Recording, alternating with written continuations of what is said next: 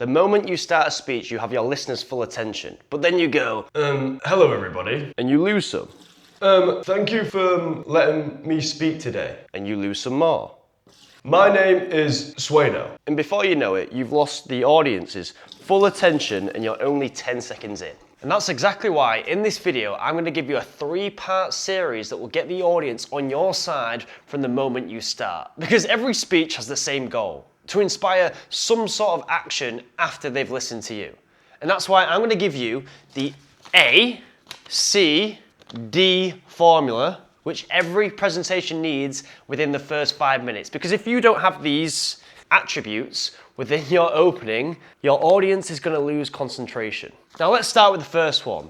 A being attention. Now you're probably going to be thinking, well, of course you need attention whilst you're giving a speech. Well, hear me out on this one. Because the other day I was looking after one of my mate's kid and I went into the kitchen and I seen Theo on the kitchen side and he was playing with his Play-Doh. And I know Theo is not allowed to be on the kitchen side. So I went, Theo, please can you get down, mate? He didn't even turn around. He just carried on playing with his Play-Doh. I went, Theo, get down, please. He's still just playing with his Play-Doh. I'm thinking, you little shit. So I walked over, I went in front of Theo so he could see me and I looked him dead in the eye and I went, Theo, can you get down, please? And he went, oh, sorry, Sueno, yes.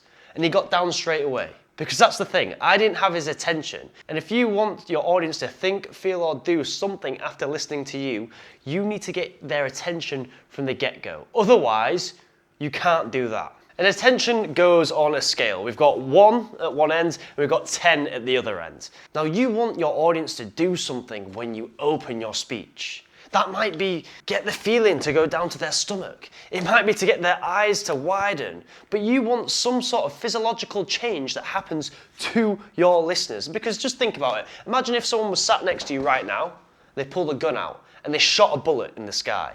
Straight away, you're going to be, whoa, what was that? What was that? And then you're going to be running as fast as you possibly can. Now, if you can create, I don't mean running, but if you can create that sort of attention in the opening of your speech, of course they're going to be listening on. And I don't mean by shooting a gun, I mean by coming out with a bang, starting with a bang from the moment you speak. Now there's lots of options that you can do to start with a bang. Now let's use me as an example. At the start of this video, I had a prop. I had a big jug. That was my prop. And I was pouring the water out. That was also a prop. And the whole reason that I used that prop is to give you a visual of what I meant. Because as soon as you bring a prop out within your presentation, people are going to be looking at that prop. They're going to be thinking, what's that? Do you see my eyes then? They went wider. That's a physiological change that's happened to my body. Because I'm interested in what the hell's in your hands. So if you can bring something out with your presentation from the very start, you're going to engage them straight away. But make sure that your prop is about your speech. Like, imagine if I literally came out and just had this in my hands. And I went, the moment you start a speech, you've got one job. But as soon as you go, hello everybody. This prop does not make sense. So you need to make sure the prop is relevant to what you are going to be speaking about. Now, coming out with a prop is just one way that you can start with a bang. It's one way that you can get the attention from your audience. It's one way that you can get their eyes to lighten up, the feeling to go to their stomach, the curiosity to go to their mind. Now, if you want 4 other ways that you can start with a bang, because sometimes a prop isn't the best way. Maybe you want to do something else. I've created a mini course which takes no more than 30 minutes to go through. I give you 4 more examples that you can use to start with a bang. And remember, if you can't get that attention from the get-go, the rest of your speech is pointless. And that is the link below. That is completely free. But after that 30 minutes, you will know exactly how to open your next presentation. But that is the first one, an A. A for attention. Now let's get on to C.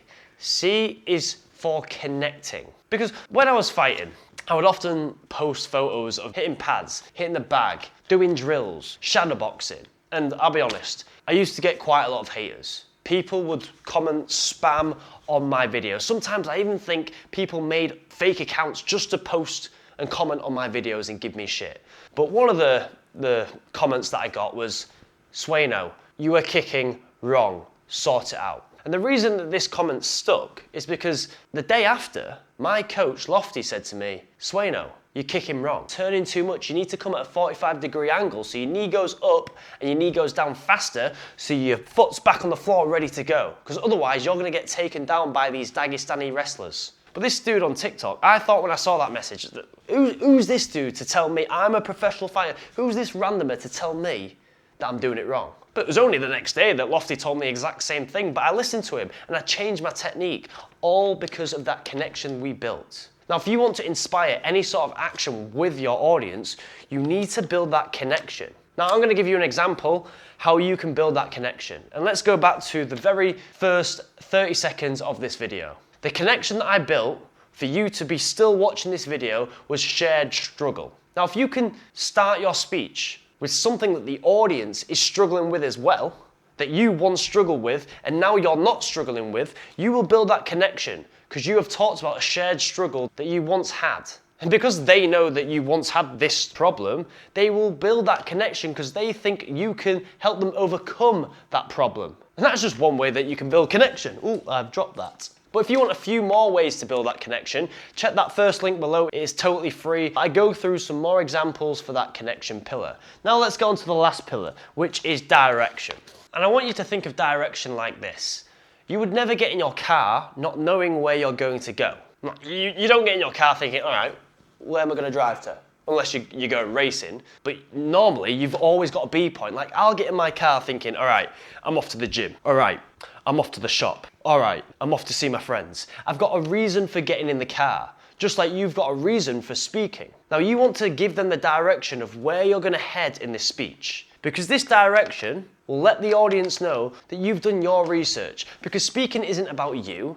Speaking is about them. Speaking is about the people listening to you. And if you're giving them direction to a place that they don't want to go, they're not going to be interested. Which is why you need to give direction to solve one of their problems, to talk about one of their needs, to talk about some of their desires, but something that tickles their pickle.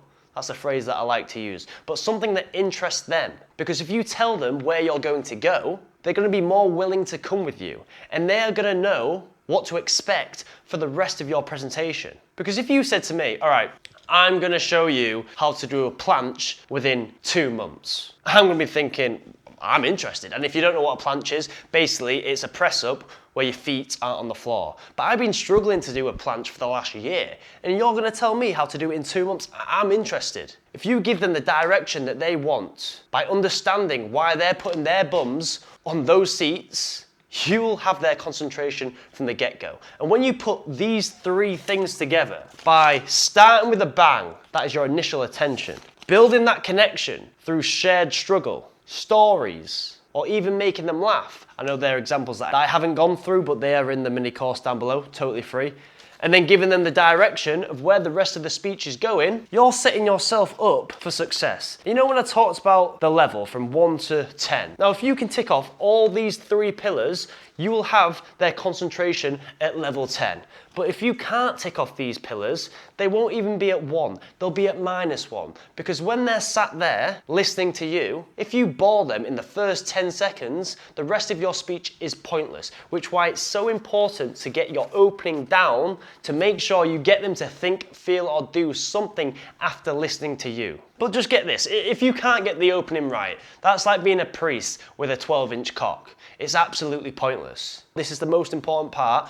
Your opening sets you up for the rest of your speech. Let's say you're talking about resilience and how if you build your resilience, not only will it affect you, it will affect the people around you too. But at the start of your presentation, you come out with mosquitoes and talk about malaria, it makes no sense. So make sure your introduction sets yourself up for the rest of your presentation. Because you don't want to set yourself up to fail, you want to set yourself up to succeed. And the opening's just the first step. And if you want to master the rest of your speech, you should probably watch this one. Because great speakers don't just speak, they do more than that. Anyway, see you later on.